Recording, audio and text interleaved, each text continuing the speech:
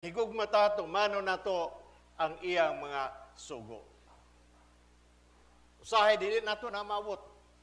But we try our best nga mahimo nato na sa atong katibukan, sa atong kinabuhi.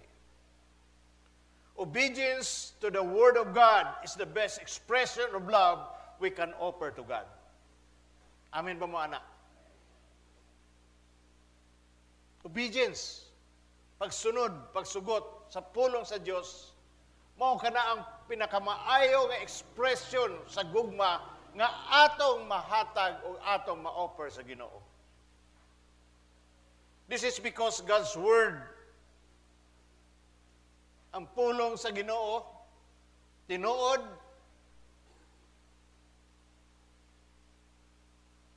atong sabton pag-ayo. Ang pulong sa Ginoo, why? Because it is the truth. Kamatuoran niya. We have to understand our calling that God has given to us. Gitawag ta aron magmatinud-anon ta diha sa Ginoo kung kita nahigugma kaniya.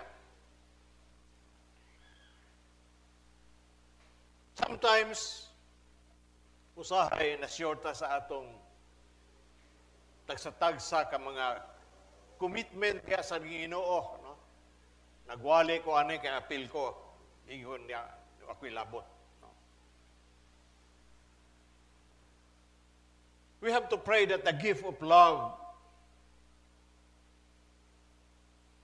you express through our obedience to every command of God. Ang Isaiah 1:19 nagaingon, kung masinugtanon ka, makakaon ka sa maayo nga abot sa yuta. Magmasinugtanon. Amen ba tana? Ingna yung tapad, pag masinugtanon. Pag masinugtanon ta sa atong paghatag, sa atong ikapulo, pag masinugtanon ta sa mga stewardship nga gihatag sa Ginoo kanato, are we a good steward? Mga maayo ba ta nga piniyalan diri sa simbahan? Or are we faithful in our activities in the church? Throughout the scriptures, ang katibukan sa Biblia, nagsaad ang Ginoo sa iyang mga katawhan that He will provide sa mga tao nga naay mga panginahanglan. But the bottom line with this condition is, are we faithful? God will provide us through His Word. Faithful sa Cebuano means matinud-anon. Do we have hunger in the Word of God? Dapat tayo kagutom sa pulong sa Ginoo o diha lang ta sa breakfast, lunch, o dinner.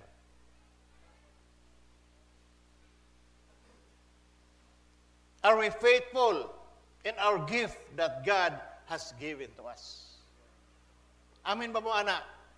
Ang tagsa-tagsa nato, natay tahas nga gihatag na gift nga gihatag sa Ginoo sa ato. Faithful in our ministry, faithful sa ako nang gisulti, faithful in our giving, faithful in our prayer life. Di makinahanglan nga mingaon ka sa pag-ampo nimo, nadagang kay distraction, you can pray.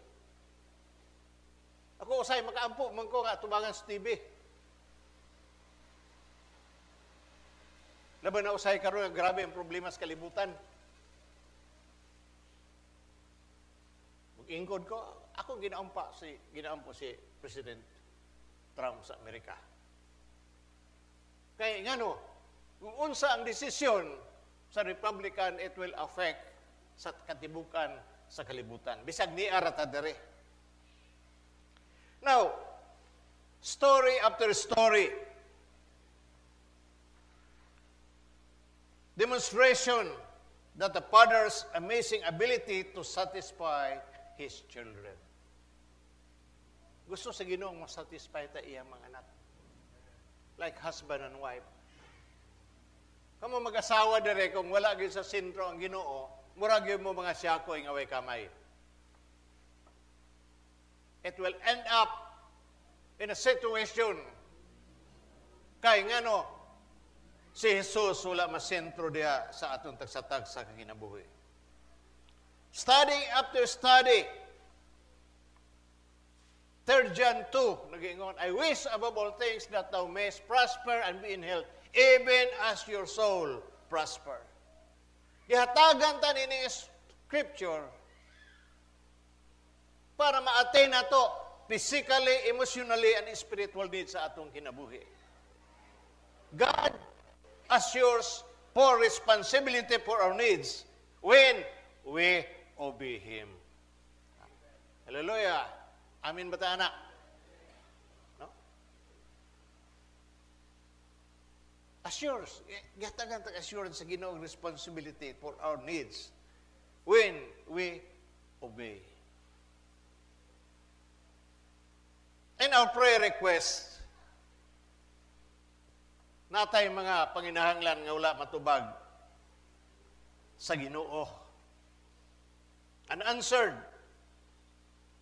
But, nganong in-answered man, we must evaluate atong hinaon-naon, ngano wala tubaga sa Ginoo ang ako mga pagampo. Di kay magmahay-mahay tawag, yung kay nada mahay-mahay ka. Without realizing, we may be hiding the answers to our prayer. Basig na atay gitaguan. So, matakhibaw kung sa inyong mga problema ninyo dali. No? O sa may gisultibahin na nasa scriptures. In Matthew chapter 6, verse 25 to 26, Jesus told His disciples not to worry. Dili mabalaka. Usay ang kabalaka, mas dako pa. Mas dako pa ang atong problema kaysa Ginoo. We worry on things. Even our faith, mahanaw tungod sa natabunan tas daggang ang mga problema. But we must believe the Word, ang pulong sa Ginoo. We must be a Word people. Amin batana. Kung dili ta tigbasa og Bible, dili ta mahimo nga mahimutang Word people sa gospel.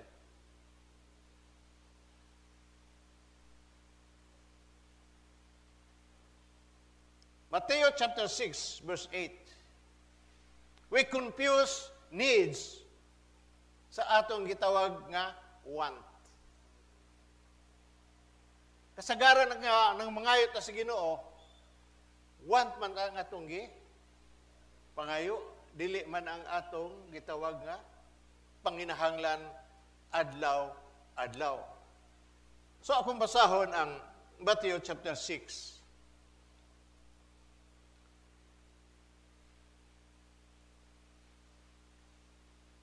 Verse 8. Ayaw sunda ang gihimo nila kay ang inyong amahan na hibalo ng daan sa inyong gikinahanglan bisan gani dili pa kamo mangayo kaniya. This is God. Pero nganong angay man nato isulti sa Ginoo atong pangipanginanan? To build up our faith in God. Through confession brings what we call possession. We should evaluate ourselves whether our request or prayer is a longing or necessity. Pinalibog man ta, the best thing to do is ask the Father help. Pangayon na to sa Ginoo. Nga maka-discern ta between pagsabot nato sa atong ginaampo. Unsa man ni essential, importante man ni o desire lang ni sa akong kinabuhi. Remember that God knows what we lack even before we tell them. Philippians 4:19, okay, my God will supply ang Ginoo nagsangkap sa tanan natong gikinahanglan. Supplying our needs. Wala tay problema diha. But this promise, kiningasaan nga gihatag sa Ginoo, apply to those who live not in rebellion against God. Mga ibita tagpasaylo sa Ginoo, pasaylo nita sa Ginoo, aming bataana. But when you rebel against the authority that God has given to us, ang Ginoo ray bahala na. Amin bataana. Say bahala na. Dili ta mo ampo nga maligsan pa unta na. Mamatay pa unta na. Mapandol pa unta na. Munang timan-an nato nga ang rebellion is God is the one who decide that God kana nga sin nga ato nihimo. May problema. Daghatag mga sala, but don't commit rebellion sa inyong tagsa-tagsa ka kinabuhi. Sometimes we claim scriptures out of context.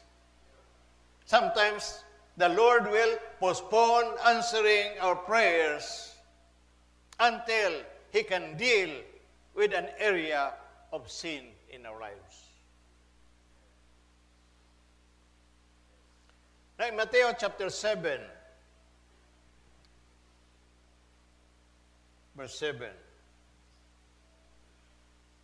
pangayo og kamo hatagan, pangita og kamo makaplagan, panuktok og ampultahan ablihan alang kaniyo.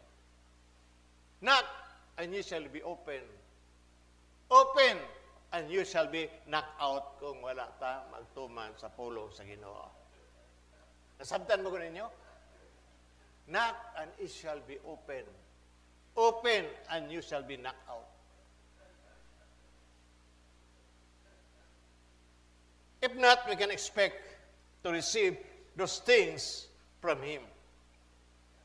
In James chapter 4, verse 3, be sure your motives are pure, because our Father will not reward selfishness.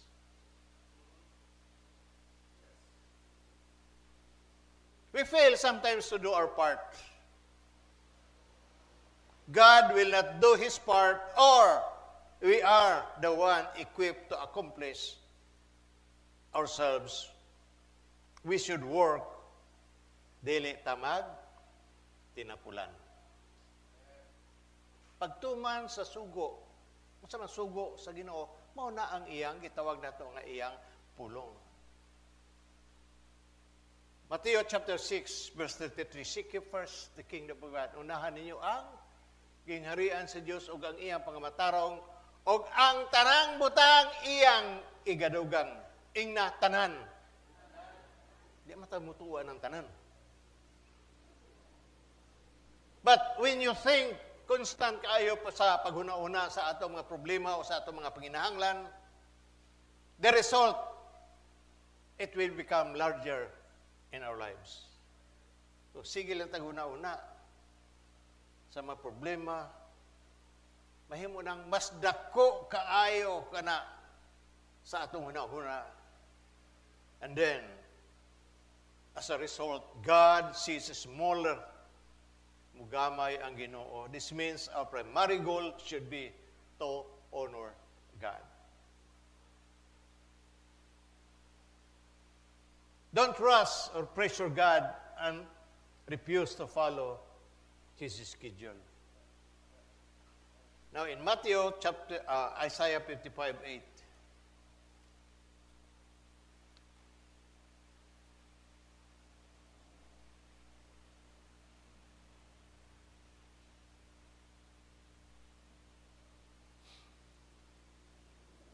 Kaya ang akong hunahuna dili sama sa inyong hunahuna.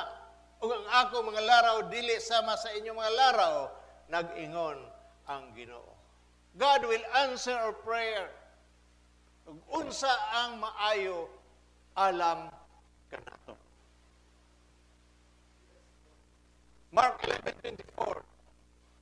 This is the promise of our Savior. If God confirm that He will meet our needs, then we are confident that He will do it. Dili lang needs, kundi lang Ginoo mo ayo sa tanan natong ikinahanglan. Lastly, if you are a follower of Jesus, na kay amahan nga tuwa sa langit, who is committed meeting our needs. What should you do when it seems God is not meeting our needs? Sa timon kung ang Ginoo dili mo tubag sa atong pagampo. Gikinahanglan.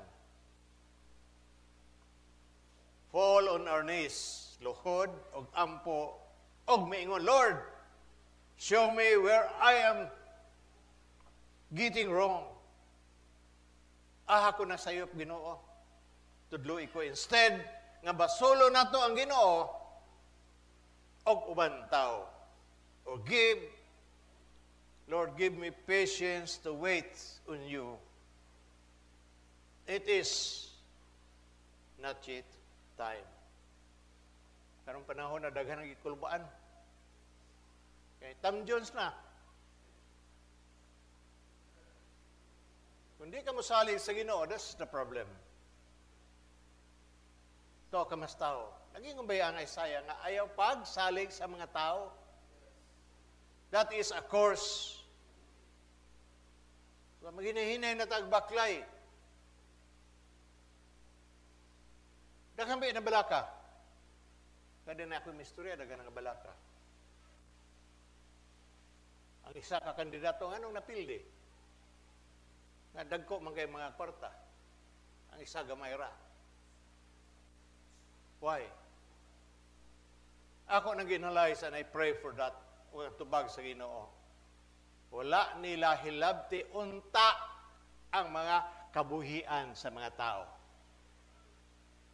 Na kay baboy, at tuong ka dito. Injeksyonan. Pag-ugma, patay.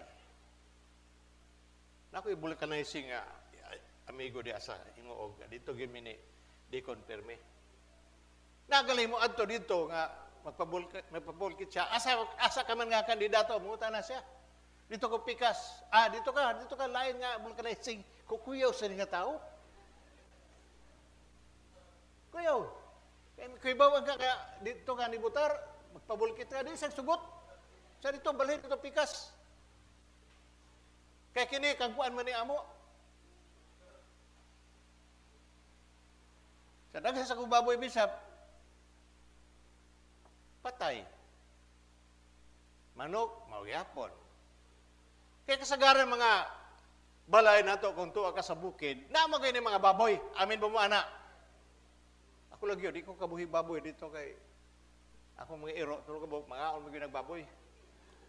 Sabi sa usahan ni mo kural, pangitaagin nila paagi. Gahapon manggaling ay impas ang 8 ka iro, 8 ka manok. Ko nga, dyan, giyon sa nimo. Wala, alang badlungon ako, nga di mapatutos trooper. Iya magyong patyon daw, kanon magiging tinae.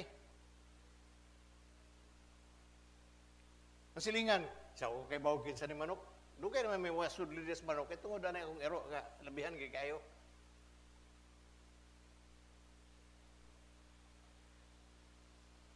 Saints for us. Nagpasalamat sa kus Ginoo yun actually. No? Nga ang Ginoo nag-mature ta sa kining eleksyon. Amin ba mo ana? Amin ba mo ana? Huwag ba dahil sa kwarta? Dawat ka bisap? Dawat ko, kikihatag man. Ang alang, butang dito sa offering basket para hinluan.